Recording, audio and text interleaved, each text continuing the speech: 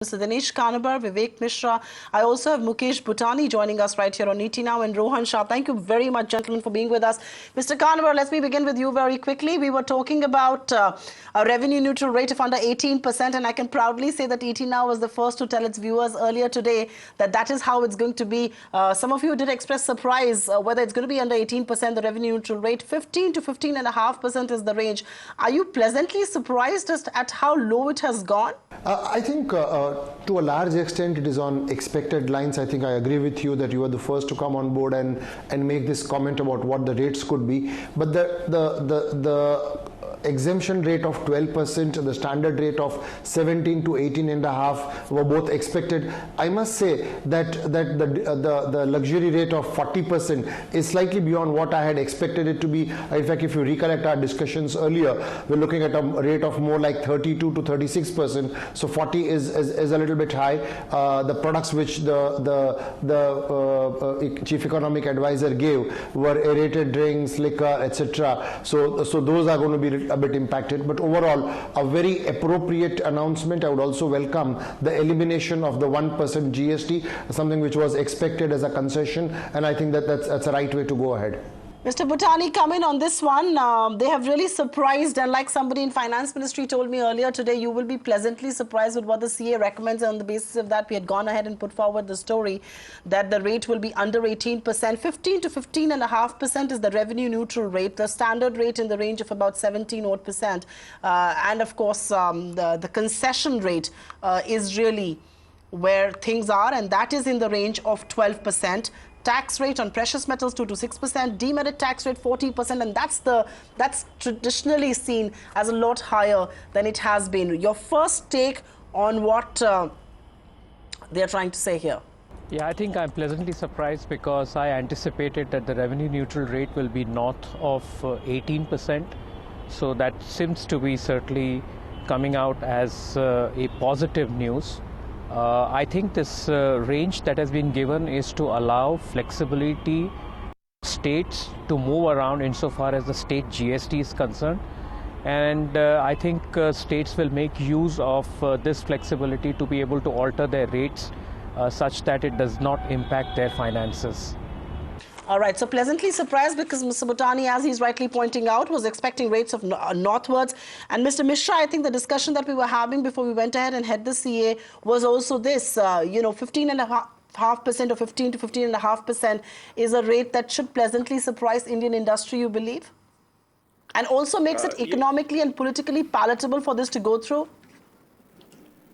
Yes, absolutely. I think there's one thing that was mentioned very clearly, that the RNR, the revenue neutral rate, is largely an academic exercise because that is the rate, the single rate at which we would be revenue neutral. So then he went on to say that there would be a standard rate of 17 to 18%, and that is the recommendation of the committee. So 15 to 15.5 is not what we should be looking at, but 17 to 18, which I think is stunning. It's very, very welcome. But just that 15 is not the rate. It's 17 or 18. That's the standard rate that the committee has recommended, and it's absolutely stunning. All right, absolutely stunning. So you're getting a thumbs up from three big tax gurus, if I may. The tax big daddies here, all giving it a big thumbs up. Mukesh Butani, Dinesh Kanabar, and Vivek Mishra. We're going to get you quick reactions from India Inc. as well. But Mukesh Butani, let me now get down to the specifics, the basics of what has really been put out. The fact that the demerit tax, and that includes aerated drinks, it does not just include, the high-end luxury cars. It includes aerated drinks, it includes high-end luxury, and it also includes tobacco, cigarettes there. Do you believe 40% is a tad too high? Will that dent consumption there? I don't know whether it will dent consumption, but it seems to me that the overriding concern for the policymakers would have been impact of some of the consumables insofar as the health aspects are concerned. But certainly the 40% rate, demerit rate seems to be on the higher side. I think it would mean a significant or a material impact on the current rates that are applicable to those products. I do not have a comprehensive list of what kind of products do typically get covered in the demerit category. But if based on what you're reading out seems to suggest that if products such as aerated water drinks are covered, then I think it's on the higher side. I won't be surprised insofar as tobacco and other products are concerned, but certainly a 40% rate is on the higher side. All right, I've got Kiran Majumdar's show, and that's the first reaction that's coming in from India Inc., who's joining us on the phone line. Thank you very much for being with us, ma'am. 15 to 15.5% is the revenue neutral rate. And of course, a concession rate of 12%, a standard rate of 17 to 18%, which is also on the lower side. What do you make of this? Is this a thumbs up coming from the first reactions that we're getting from India Inc., ma'am? Well, I think these, the 18% rate level was indicated as a reasonable level for the government to look at. And I think the revenue neutral rate that they've come out with is a very reasonable rate. And I think by and large, I think it will depend on what the GST Council finally, comes out with. But I think the band that the government has given is something that they can play around with. Do you believe a 15 to 15.5% revenue neutral rate also makes it politically palatable? Economically, of course, it's a sound decision because most states are going to be on board. But is it also going to ensure that most political parties will get on board with a rate like this? I would imagine so, because I think it is in the best interest of, the economy in terms of basically making sure that consumption is also, kick-started. And I think even in terms of, the imposition of GST rates on products in terms of revenue for the government also is important. So I think this strikes a right balance. What do you make of the three subcategories that have been given in this recommendation? They're talking about a concessional rate, they're talking about a standard rate, and of course then there is that demerit tax which involves aerated drinks. So the Chief Economic Advisor doesn't want us to have the colas really. But what do you make of these three categories? Is this going to add to the complexity, or do you believe this is perhaps the right way going forward because the consumption really varies around these three categories? I think it would be better for them to simplify it as much as possible. Having three categories just provides the kind of opportunity to keep adding and, creating more categories. So I think it would be very important just to stick with, concessional rates and standard rates. And I think that would be a better way of looking at, the GST rather than keeping on adding new categories. Because the moment you start categories, there is a tendency to take advantage of that particular provision, and then you will see many, many more subcategories added. That's absolutely right. Many people in North Block also believe that exemptions will relate to rent seekers. A very quick question before I take it across to our panels, ma'am. It has also recommended the abolition of that 1% additional levy that the original draft had talked about, and that was the big bone of contention between the BJP and the Congress party. Do you believe this is the biggest giveaway that 1% additional levy is going to go, and perhaps the GST is going to be able to break the political logjam? I hope so, because I think GST is long overdue. I think it will bring in a lot of rationality and a good fairness in the whole taxation system. It will actually see a better tax realization in terms of the present taxes that are not being paid. It also basically will bring in much more equity in the way intertax goods are traded. So I think it is very good for a federated system to have a uniform taxation system. Fair point indeed. And you do believe that's a good step, because if it's about making India one market, you've got to abolish that 1% levy. But are you a little disappointed with how the demerit tax has been placed? 40%, my panel here believes, is a lot too high. And you're including luxury items there, you're including tobacco and cigarettes, and you're also including things like aerated drinks. Is 40% a little too high for that highest range? I do believe that is very high. I think there needs to be some debate and discussion on this. And I think aerated drinks, again, I think we need to basically look at what we're doing about aerated drinks, and we can't club them along with, tobacco and alcohol and other such items. Ms. Kiran Majumdar, thank you very much for taking time out this evening and being with us. Let's take it back to our panel. And Mr. Butani, I'll come to you because, you know, that 1% additional tax, that is really the big bone of contention between the two political sides. The CA panel seems to recommend here that that should be abolished. And I think that's the big giveaway, that the government is willing to walk that extra mile to get that abolished, to get it out of the system. What do you make of this? Do you believe this is the one master stroke and we will perhaps see that 1% go through and the Congress will come on board? Well, I don't know. That's a political debate whether Congress will come on board, but certainly that's 1% issue was raised by the Select Committee. But you know, stepping back a little bit, you should look into the background of this 1% tax. The 1% tax was essentially a compromise between the central government and those state governments which were producing or manufacturing goods, which primarily comprised of the states of Haryana, Gujarat, Maharashtra and Tamil Nadu. The industry viewed the 1% levy as regressive because that 1% levy was a simple cost with no credits or set-offs being available because it was not entering the GST chain. I think that in a way the fact that the GST debate lasted for a long and the matter went back to the Select Committee and the Select Committee put its foot down, and finally now the government, well, I'm hoping that the government accepts it, but you know, finally now at least the Chief Economic Advisor's report on rates has suggested dropping this 1% is certainly positive. It is positive for the industry. Now if it in the overall process it aids or takes away one of the three contentious issues that were raised by the Select panel and propels for the passage of the constitutional bill, it certainly is a welcome decision. But I would say that this is more positive for the industry in the first place, and of course if it has any positive impact on the safe passage of the GST bill, that's a secondary impact, I would say. All right, that's a secondary impact, but like you're saying, that's one item down as far as the bone of contentions is concerned. We also have Rohan Shah, Managing Partner, Economic Law Practices as ELP. Rohan, what do you make of this 1% additional levy and recommendation that should be abolished? Something that we were discussing with Mr. Butani here.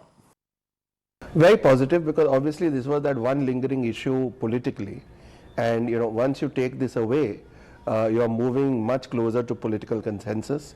And this 1% in any case is something which through the compensation mechanism could be made available. So clearly taking away the 1% or recommending that is a big step forward, and I think this will help achieve consensus in this session of Parliament.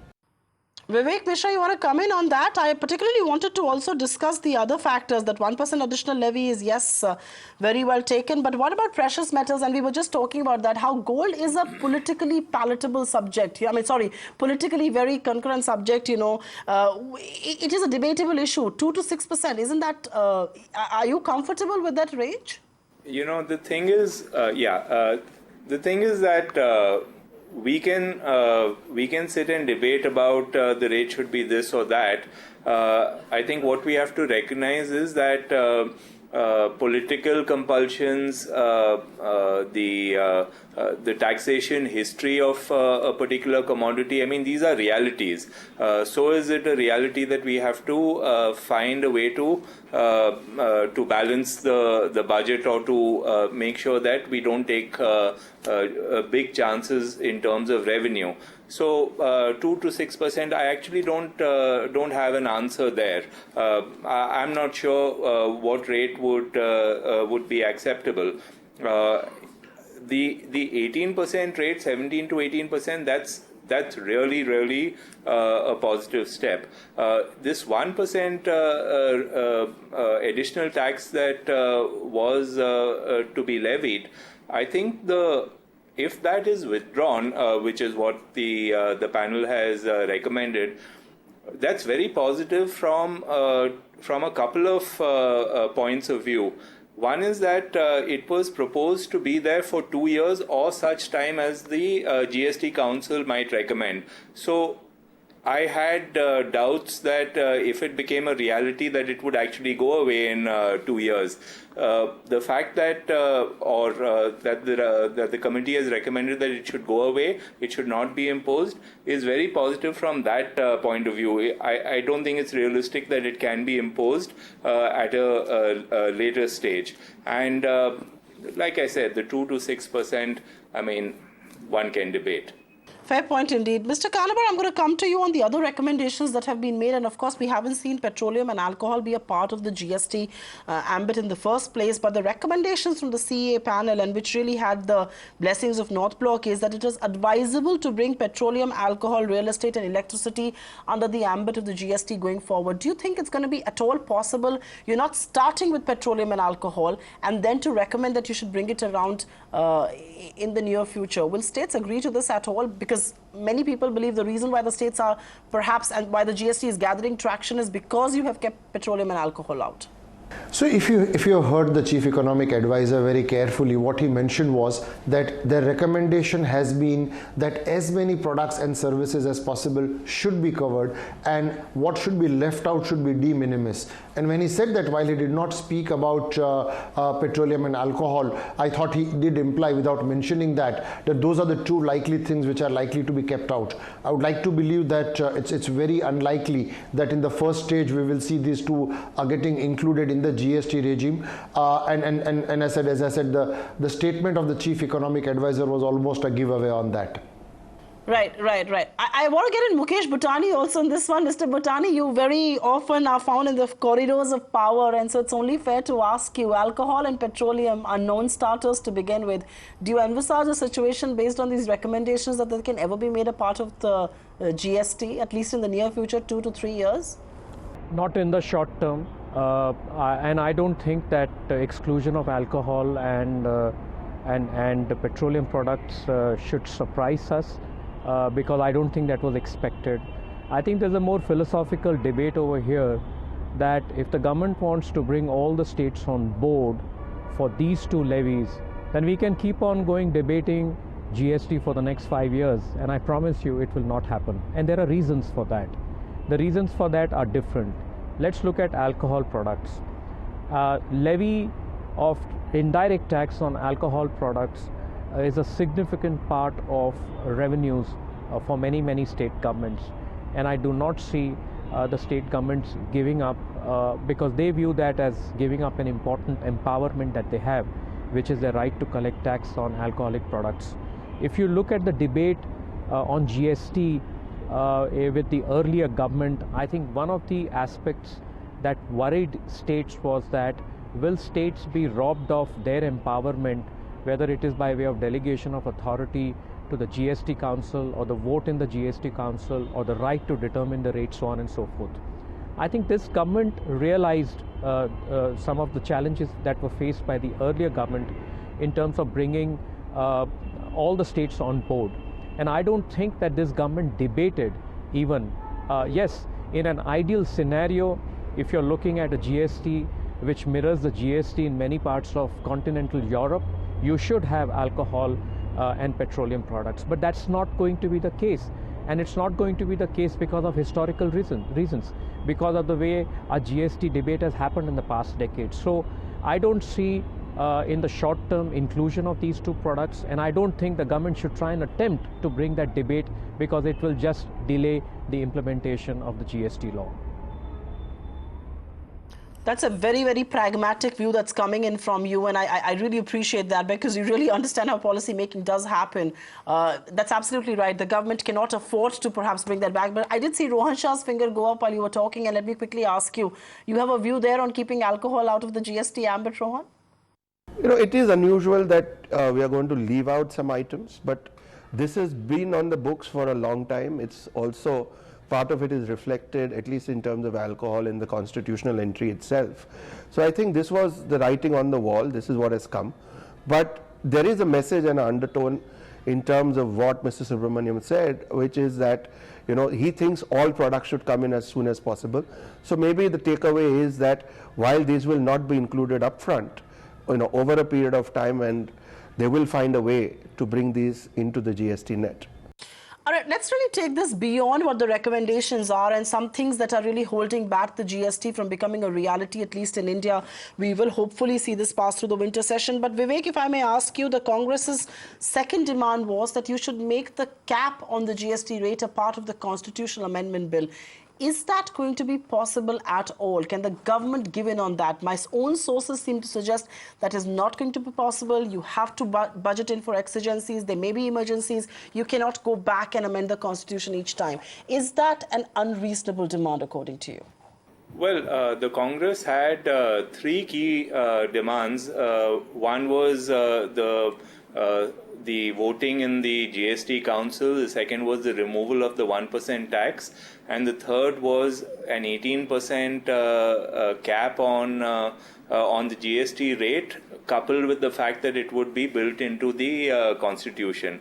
I think I thought that the first two demands were completely achievable, the removal of 1% and the change of more representation to the states in the GST Council. I thought the 18% standard rate was extremely difficult to achieve, but it looks like we're on our way to implementing that. So that really leaves building it into the Constitution. I think that the Congress would give in on that aspect. I don't think it can be done that way, and I think that it would be probably perceived by industry if they talk tough on that. It would probably be perceived as a bit unreasonable. So I think that demand will go away. That would be my view. Mr. Kanabar, I'm going to throw some political inside details at you. Apparently, Rahul Gandhi met a whole host of FIIs and they all in unison said that the one thing that's going to propel growth is GST. So you do expect the GST to go through even from the Congress's point of view. They cannot be seen as obstructing this reform anymore, considering they call themselves the author of this. Do you believe they will continue to harp on the amendment, the Constitution Amendment Bill carrying a cap rate on the GST? I'm going to take up another question on dispute resolution in just a bit. Well, I'm not a political person and I'm in no position to answer that, but the way I see it, as we all have articulated, that there were certain key economic reasons which were put together as to why the Congress was opposing the passage of GST. And if we see, 3 of those 4 have now gone past. The only thing which is remaining is the putting of the rate in the amendment bill itself.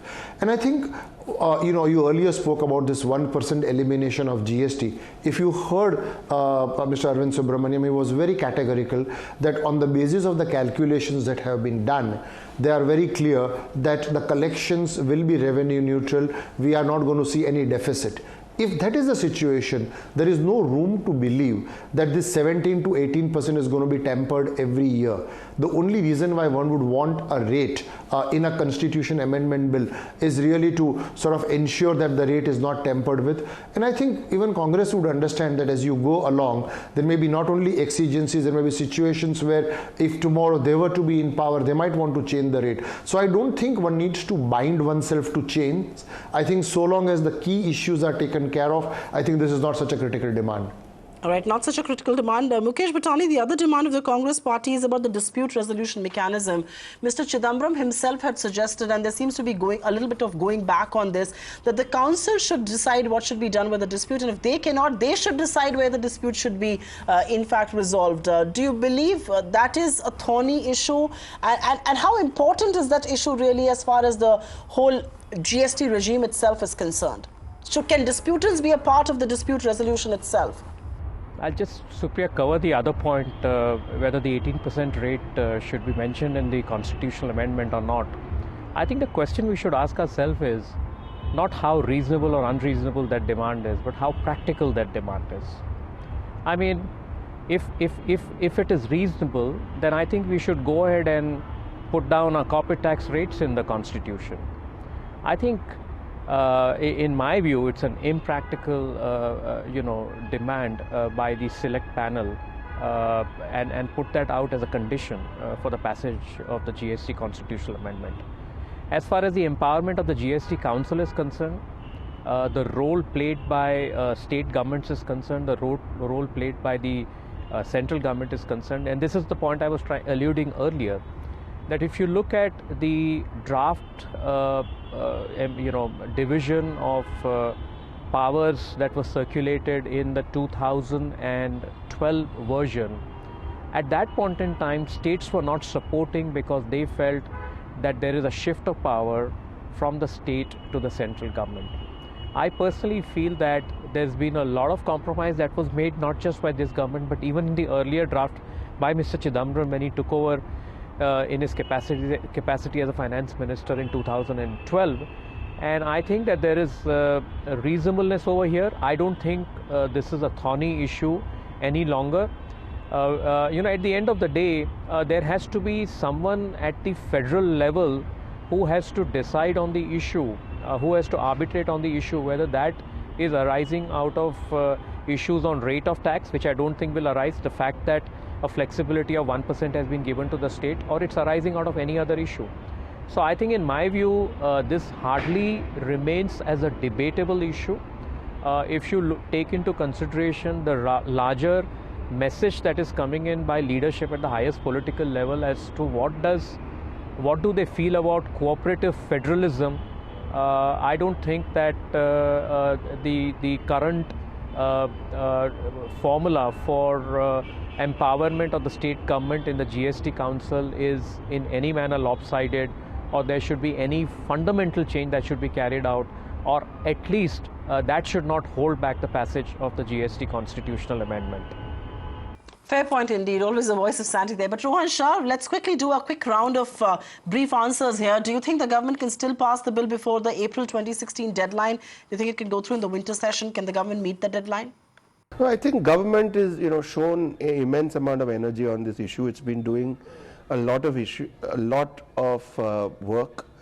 And from the government perspective, I think they will do their very best to get everything that they need to do, done earliest, and in my estimate probably by either the 1st of April or even a little earlier. But to implement, you need to give industry a reasonable period of time. I think industry at least deserves to get 6 months.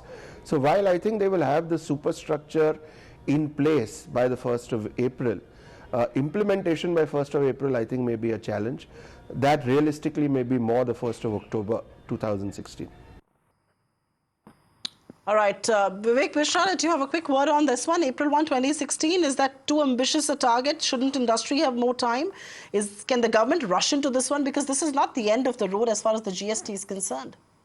Yes, I think April 2016 is not realistic because the constitution has to be amended.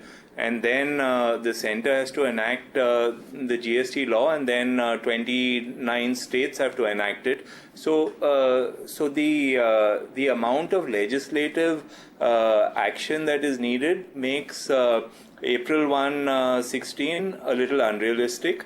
And frankly, this is such a momentous reform that whether it's April 1 or it's 6 months later, it really doesn't matter much in the larger picture. Of course, in a small term kind of way of thinking, it could be seen as disappointing, etc. But I don't think April 16 is at all realistic, and I think if and when the constitution is amended, then industry will know that this is on its way and will do everything that's needed to prepare, and that's great. Mr. Kanabar, you want to come in on that? This is not the end of the road. The Constitution Amendment Bill, then the IGST, the CGST, the SGST, then of course the Council will have to decide upon things. 50% of the states have to ratify. Administrative changes need to be made. You still think India can keep its date on April 1, 2016? And if at all it can't, should investors be disappointed? Or is it just a date line that will be missed? Eventually, we are going to see this game-changing reform do take shape in India. I think the entire question that you are putting is focus on whether the legislative framework can be ready or not. But I think to the point which was made earlier, the burden of the cross is on the shoulders of the industry. That we have been talking about GST now for ad nauseum. industry had started to carry out impact analysis, sort of look at how they need to tweak their IT systems. From an industry perspective, this means a sea change, because there are things on which you could take credit earlier which you can't now, or vice versa. You need to restructure your entire supply chain management. So three things need to happen. First, industry needs to ensure compliance. And for compliance things, the whole process needs to be in place. Second, the IT infrastructure needs to be in place. And third, industries are going to reinvent themselves, because they're going to really look at this as a game-changing thing for their own, and there'll be a huge amount of consultative process, as I said, either on the supply chain management, buy versus lease. Number of those decisions will have to be revisited, and those can't be done in 6 months' time. So it is not really important to say whether the legislative framework will be there or not, but what is the time that it will take for the industry to now go back and really put its house and IT infrastructure in order. And that's where I would think that we would need about less than a year from now, and therefore 1st October 16 looks like a more realistic date. All right, not the 1st April, but the 1st October of 2016, which is a 3-month delay, does look more optimistic. Mukesh, Butani, let you have the final word on this discussion and debate on the GST. Is life all set to change for corporate India? Is India finally going to be one market? I'm throwing many questions to you, but is India finally going to be one uniform market? Is life all set to change for corporate India? And more than anything else, will we see the winter logjam break for the GST? Well, I hope so. I echo sentiments of all the three panelists that was mentioned earlier. Just like to supplement it with 2 points. I think industry recognizes very well that the coming in of the GST law is not just about change in the manner of levy of indirect tax or change in the rates of indirect tax. It is a It is called a transformational reform because it means carrying out fundamental changes in the way you do your business. In terms of where you manufacture, where you warehouse, how you distribute, so on and so forth. So that's one part of it. To your earlier question, are investors going to be disappointed if we don't meet the April 2016 deadline? In my view, certainly not. I think what investors are really looking out for is this crucial passage of the GST bill. Yes, they will be disappointed if the GST constitutional amendment does not go through, having traveled so far.